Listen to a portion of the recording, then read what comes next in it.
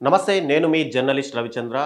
ఆంధ్రప్రదేశ్లో 40 సంవత్సరాల సుదీర్ఘ రాజకీయ అనుభవం ఉంది అని చెప్పుకుంటున్నటువంటి చంద్రబాబు నాయుడు పైన ఇప్పటికే కార్యకర్తల్లోనూ అటు నాయకుల్లోనూ ఒక రకమైన అసంతృప్తి నెలకొంటే, ఆయనతో సుదీర్ఘ రాజకీయ అనుభవం ఉండి ఆయనతో మంచి సన్నిహితంగా ఉండేటువంటి నాయకులు కూడా బయటకు వచ్చి తమ అసంతృప్తిని ఒక్కొక్కరుగా బయట వెళ్ళగక్కుతున్న పరిస్థితి అయితే ఇప్పుడు రాష్ట్రంలో కనిపిస్తుంది. ఏంటంటే రీసెంట్గా తునిలో జరిగినటువంటి టీడీపీ కార్యకర్తల సమావేశంలో ఇటు టీడీపీ సీనియర్ నేత చంద్రబాబుతో సన్నిహితంగా ఉండేటువంటి యనమల రామకృష్ణుడు ఆ కార్యక్రమంలో మాట్లాడుతూ ప్రతిపక్ష బలం అంటే అటు వైఎస్ఆర్సీపీ ఏదైతే కార్యక్రమాలు చేస్తుందో ఆ కార్యక్రమాలన్నీ కూడా సక్సెస్ అవుతున్నాయి. అటు ప్రతిపక్ష బలాన్ని మనం ఎక్కడా కూడా తక్కువగా చేసి చూడకూడదు.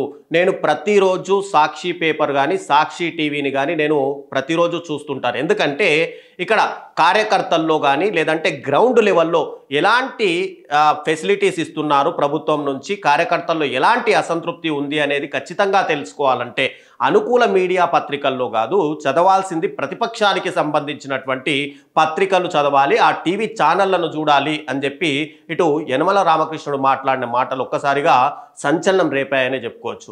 ఆయన మాట్లాడుతూ ఇంకోవైపు రీసెంట్గా వైఎస్ఆర్సీపీ అధినేత జగన్మోహన్ రెడ్డి గారు ఇచ్చినటువంటి పిలుపు మేరకు ప్రతి సామాన్య కార్యకర్తతో పాటు అంటే కూటమికి చెందినటువంటి పార్టీ నాయకులు కూడా కొంతమంది కార్యకర్తలు కూడా ఇదైతే పబ్లిక్ ప్రైవేట్ పార్ట్నర్షిప్ విధానంలో తీసుకొచ్చినటువంటి మెడికల్ కాలేజీకి సంబంధించినటువంటి ప్రజాపోరు కార్యక్రమానికి ఒక రకంగా పూర్తి స్పందన వచ్చిందనే చెప్పుకోవచ్చు.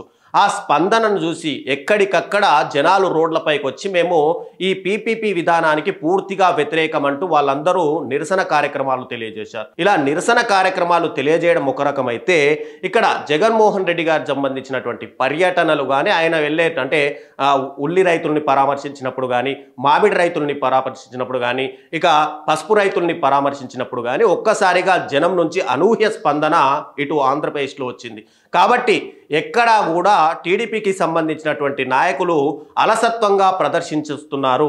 వాళ్ళందరూ కూడా అంటే ప్రతి బహిరంగ సభల్లో కానీ లేదంటే మీటింగులు పెట్టి మీటింగుల్లో విజన్ అని చెప్పుకోవడం కాదు, మేము అభివృద్ధి చేస్తున్నామని చెప్పుకోవడం కాదు, గ్రౌండ్ లెవెల్లో ఎలా పరిస్థితులు ఉన్నాయి అనే దాని మీద ఖచ్చితంగా ఫోకస్ చేయాల్సిన అవసరం ఉంటుంది అని చెప్పి యనమల రామకృష్ణుడు అయితే ఒక ఘాటు వ్యాఖ్యలే చేశారు. మరోవైపు ఆయనకు సంబంధించినటువంటి అంటే రాజ్యసభకు నేను నామినేట్ అవ్వాలి అని నాకు మనసులో ఉంది, సుదీర్ఘ రాజకీయ అనుభవం ఉన్నటువంటి నేను చివరిగా రాజ్యసభ నుంచి వెళ్ళాలి అని చెప్పి ప్రయత్నాలు చేస్తున్నానని చెప్పి ఆయన మనసులో మాట కూడా అటు బయటపెట్టాడు.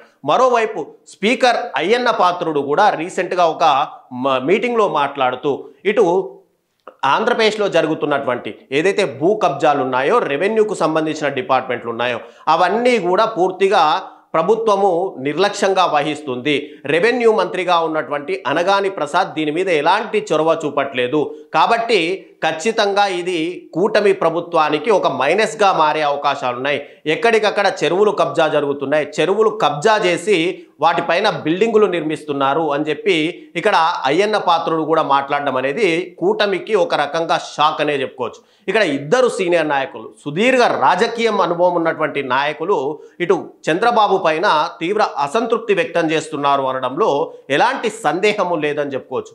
ఎందుకంటే ఒకరు రాజ్యసభ కోసం నామినేట్ అవుతూ మాట్లాడిన పరిస్థితి కావచ్చు, అంటే ఆయనకు ప్రిఫరెన్స్ లేదు టీడీపీలో, ఇంత రాజకీయ అనుభవం ఉండి అటు ఎన్టీఆర్ హయాం నుంచి చంద్రబాబు వరకు ఇప్పుడు రాబోయే రోజుల్లో లోకేష్ ఉన్నా కూడా వాళ్ళందరికీ కూడా సలహాలు సూచనలు ఇచ్చేటువంటి పొలిట్ బ్యూరో సభ్యుడిగా ఉన్నటువంటి ఇటు అయ్యన్న పాత్రుడు కానీ, పొలిట్ బ్యూరో సభ్యుడిగా ఉన్నటువంటి యనమల రామకృష్ణుడు లాంటి వ్యక్తి ఇటు కూటమి పార్టీల పైన అసంతృప్తి వ్యక్తం చేయడం అంటే కనుక కూటమికి ఇది ఒక మైనస్ అని చెప్పుకోవచ్చు. మరోవైపు ప్రభుత్వంలో అత్యంత చురుకుగా పాల్గొనేటువంటి వ్యక్తి అయినటువంటి అయ్యన్న పాత్రుడు కూడా ఇటు కబ్జాలకు సంబంధించి పూర్తిగా రాష్ట్రంలో కబ్జా వాతావరణాలు జరుగుతున్నాయి, ప్రభుత్వం నుంచి ఎలాంటి సలహాలు సూచనలు కూడా తీసుకోకుండా ఆ శాఖకు సంబంధించినటువంటి మంత్రి, రెవెన్యూ మంత్రి అయినటువంటి అనగాని ప్రసాద్ ఇష్టారీతిన వ్యవహరిస్తున్నారు అనే విధంగా ఆయన ఒక మాట్లాడిన సందర్భం చూసుకుంటే గనక కూటమిలో లుకలుకలు మాత్రం ఖచ్చితంగా బయటికి కనిపిస్తున్నాయి. ఇక పవన్ కళ్యాణ్ జనసేన నుంచి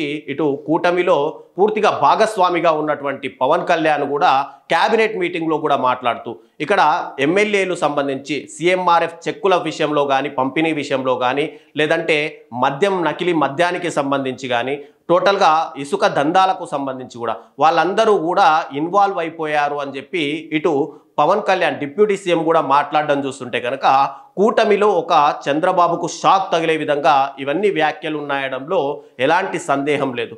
అంటే ప్రజలకు సేవ చేయాల్సినటువంటి నాయకులు ఇక్కడ కబ్జాలకు నకిలీ మద్యాలకు ఇష్టారీతిన వాళ్ళు పాల్పడడం చూస్తుంటే కనుక రాబోయే రోజుల్లో ఇది వైఎస్ఆర్సీపీ పార్టీకి ఒక ప్లస్ పాయింట్గానే మనం ఖచ్చితంగా మాట్లాడుకోవాల్సిన అవసరం ఉంటుంది.